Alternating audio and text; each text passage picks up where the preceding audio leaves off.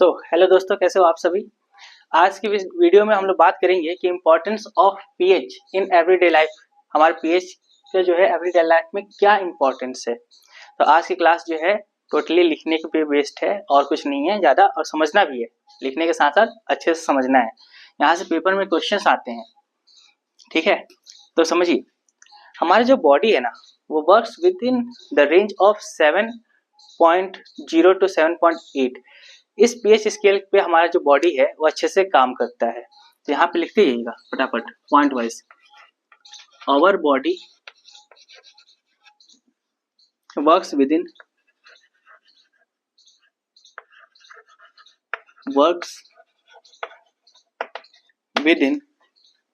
PH range 7.0 to 7.8। इस pH range पे अपना बॉडी अच्छे से काम करता है, ठीक। अब समझिएगा, जो पीएच है ऑफ रेन वाटर, अगर रेन वाटर का जो पीएच है अगर 5.5 या फिर 5.6 का है, इससे अगर कम हो जाता है लेस देन 5.6, तो हम लोग क्या कहेंगे कि ये रेन वाटर कैसा वाटर हो गया, हमारा एसिडिक रेन हो गया। कैसा रेन होता है? एसिडिक रेन, या फिर एसिड रेन कहेंगे इसे, एसिड रेन, ठीक है। पीएच जो है अगर इससे कम हो गया तो 5.6 से, तो समझिए ये जो एसिड रेन है ना, ये खतरनाक है, अपने लिए भी खतरनाक है, और जो एक्वेटिक एनिमल्स हैं, जो जीव पानी में रहते हैं, उनके लिए तो खतरनाक है ही है। क्यों? क्योंकि जो एसिड रेन है ये क्या करता है, flows into the rivers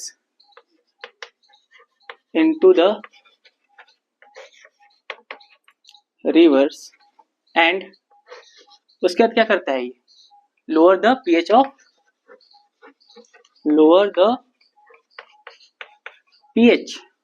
of the river water,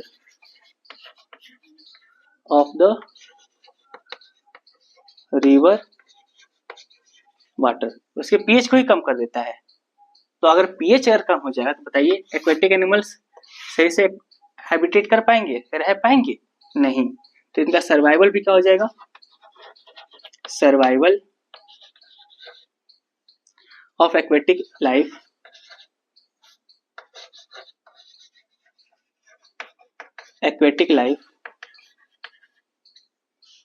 becomes difficult,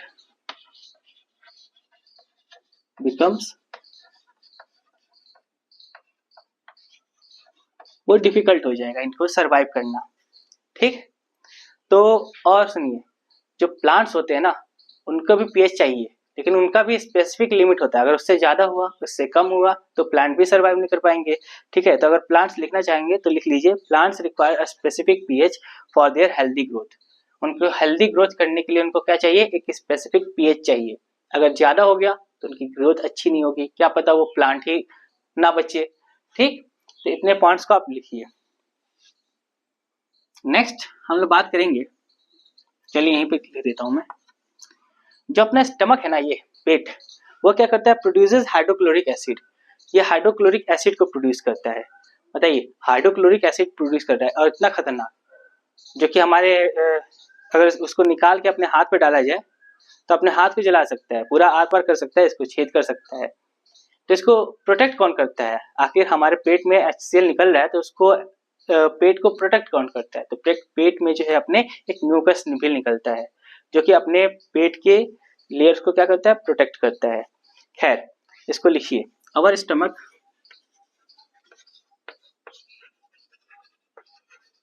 produces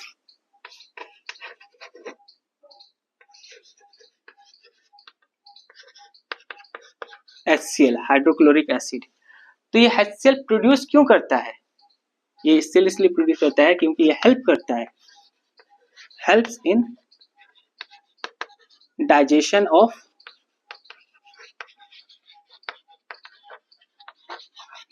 of food.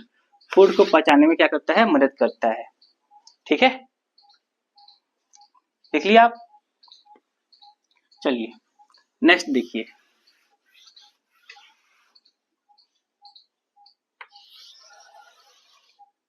अगर मान लीजिए आपका इंडाइजेशन हो गया, मतलब खाना आपका अच्छे से नहीं पचा, तो ड्यूरिंग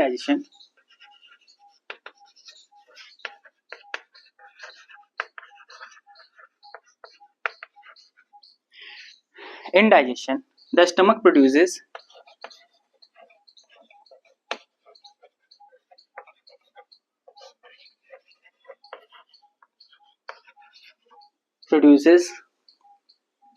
क्या प्रोड्यूस करता है? Too much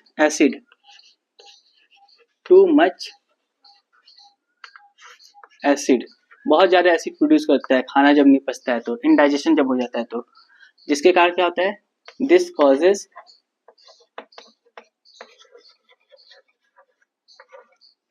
pain and irritation, pain होने लगता है अपने पेट में और इरिटेशन होती है, चिड़चिड़ीपन।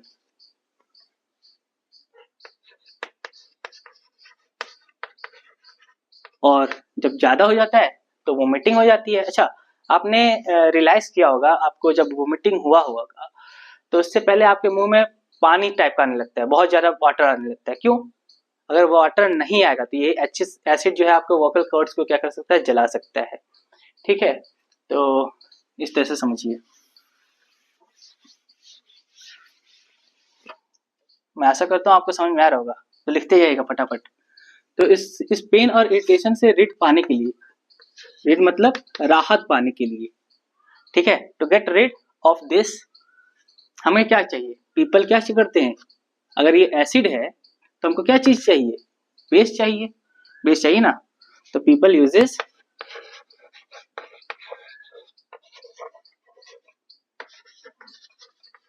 बेसिस कॉल्ड एंटासिड, और उसी को, उस बेस को क्या कहते हैं हम लोग? एंटासिड के नाम से जानते हैं, एंटासिड्स इस नाम से जानते हैं। और एंटासिड कैसा करता है? न्यूट्रलाइज करता है, न्यूट्रलाइजेस एक्सेस एसिड। जो एक्सेस एसिड आपके पेट में बन रहा है उसको क्या करता है? न्यूट्रलाइज करने का काम करता है। ठीक है, और जनरली मैग्नीशियम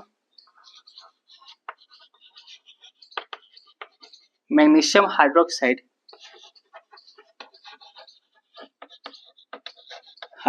इसे आखिर इसी को कहें हम लोग milk of magnesia.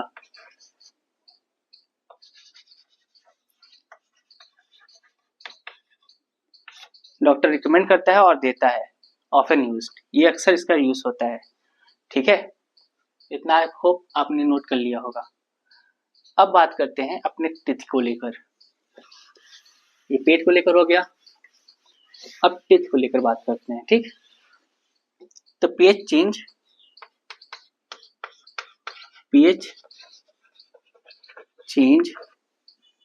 as the cause of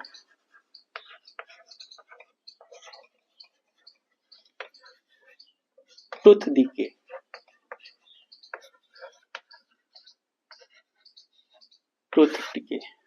ठीक, दांत को अपना क्या करेगा? खराब करेगा। तो समझिएगा क्या होता है। जब टूथ डिके होने कब लगता है? जब अपने दांत का जो पीएच है अगर वो 5.5 से लोअर हो जाएगा, कम हो जाएगा, तो कैसे लिखिएगा? When pH of the mouth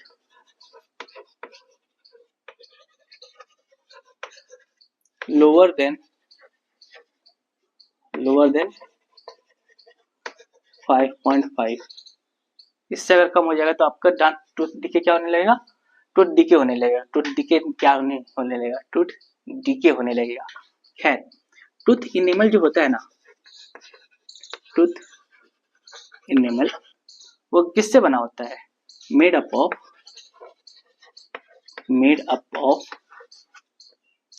calcium, इसको लिख लीजिएगा, कैल्शियम हाइड्रोक्सी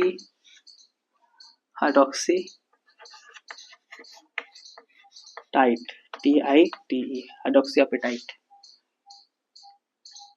ठीक है, सही है, इससे बना होता है टूथ इनेमल, इससे बना होता है, ठीक है। और क्या है, अ crystalline form of calcium phosphate, ये जो है अ crystalline form of crystalline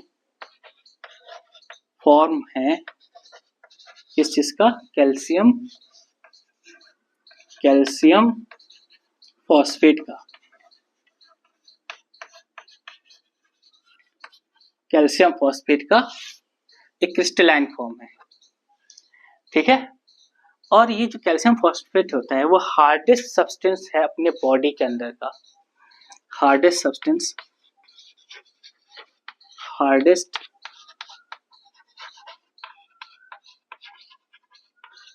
substance in the body, in the body. समझ में आ रही बात? अगर ये हार्डेस्ट सब्सटेंस है तो ये डिसॉल्व भी नहीं होगा, does not dissolve in water. तो कहाँ लिखें, यहाँ पे लिखता हूं मैं,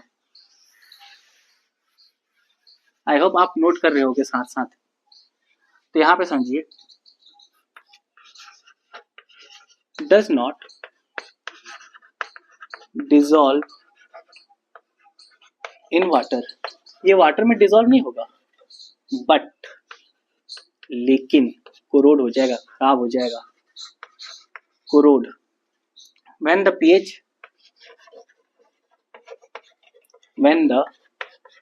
pH of the in the mouth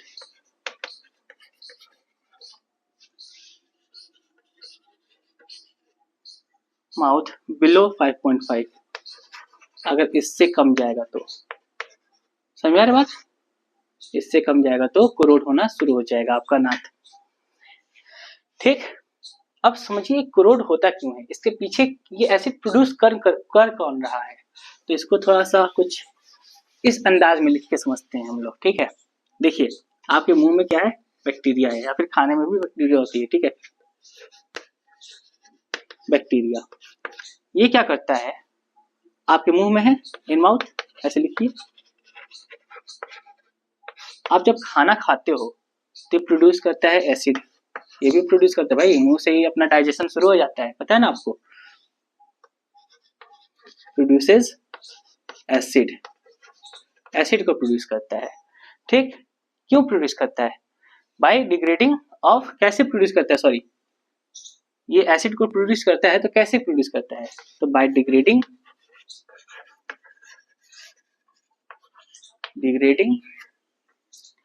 food, sugar and food particles, sugar and food particles को डिग्रेड करके, इसे डिग्रेड करके मतलब इसे तोड़ के प्रोड्यूस करता है ना, in the mouth after eating, in the mouth after eating, तो खाने के बाद ये काम शुरू करता है, ठीक है। आप समझिए, तो इससे बचे कैसे, भाई इससे बचना है आपको, अपने दांत को बचाना है, बत्तीसी को, तो क्या करना होगा, आप अपना रेगुलर ब्रश कीजिए और अच्छे से ब्रश कीजिए, और ब्रश कर रहे हो तो आप टूथपेस्ट का यूज कर रहे हो, तो टूथपेस्ट क्या है, अगर ये एसिड है तो टूथपेस्ट क्या होना चाहिए, बेस होना चाहिए। तो आप यहाँ पे लिखो, जो टूथपेस्ट है, toothpaste generally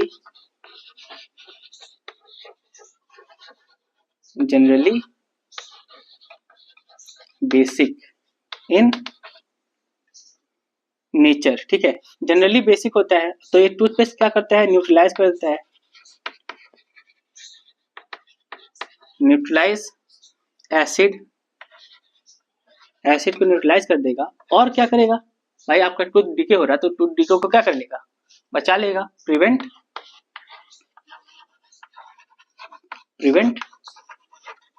tooth decay,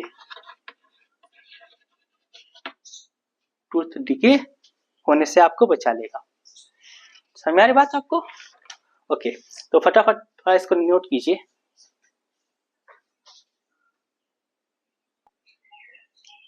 okay, अब आप यहाँ से समझिए कि self defence by animals and plants through chemical warfare. Animals और प्लांट्स कैसे अपने आप को सेल्फ डिफेंड करते हैं। आप कभी मधुमक्खी से आपको डंक पढ़ाई होगा कभी ना कभी, ठीक है।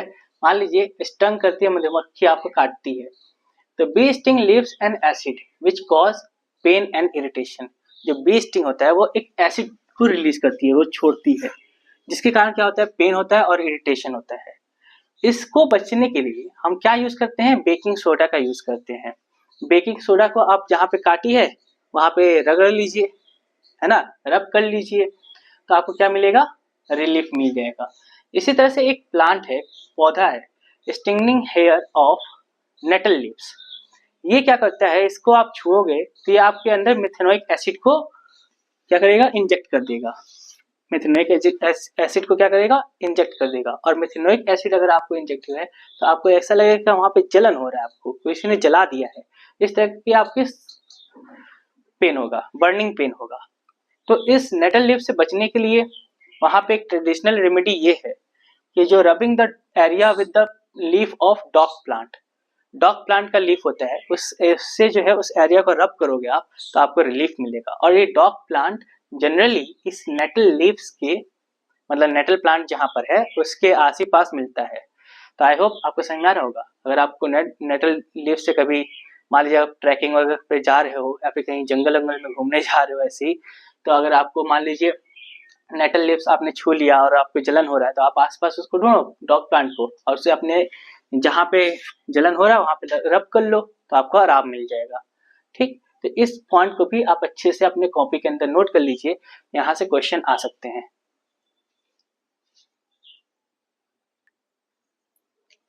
ओके, तो अब आप यहाँ पे समझिए कि सम नेचुरली अकरिंग एसिड, कुछ नेचर के द्वारा भी हमारा एसिड मिलता है। तो इन सबको आपको याद करना है, अच्छे से याद कर लेना है। यहाँ से पेपर में बहुत क्वेश्चंस आते हैं, जैसे विनेगर। विनेगर से में कौन सा एसिड होता है, एसिटिक एसिड। ऑरेंज में सिट्रिक एसिड, टैमरिंड में, इमली में टार्टरिक एसिड, टोमेटो में ऑक्जेलिक एसिड।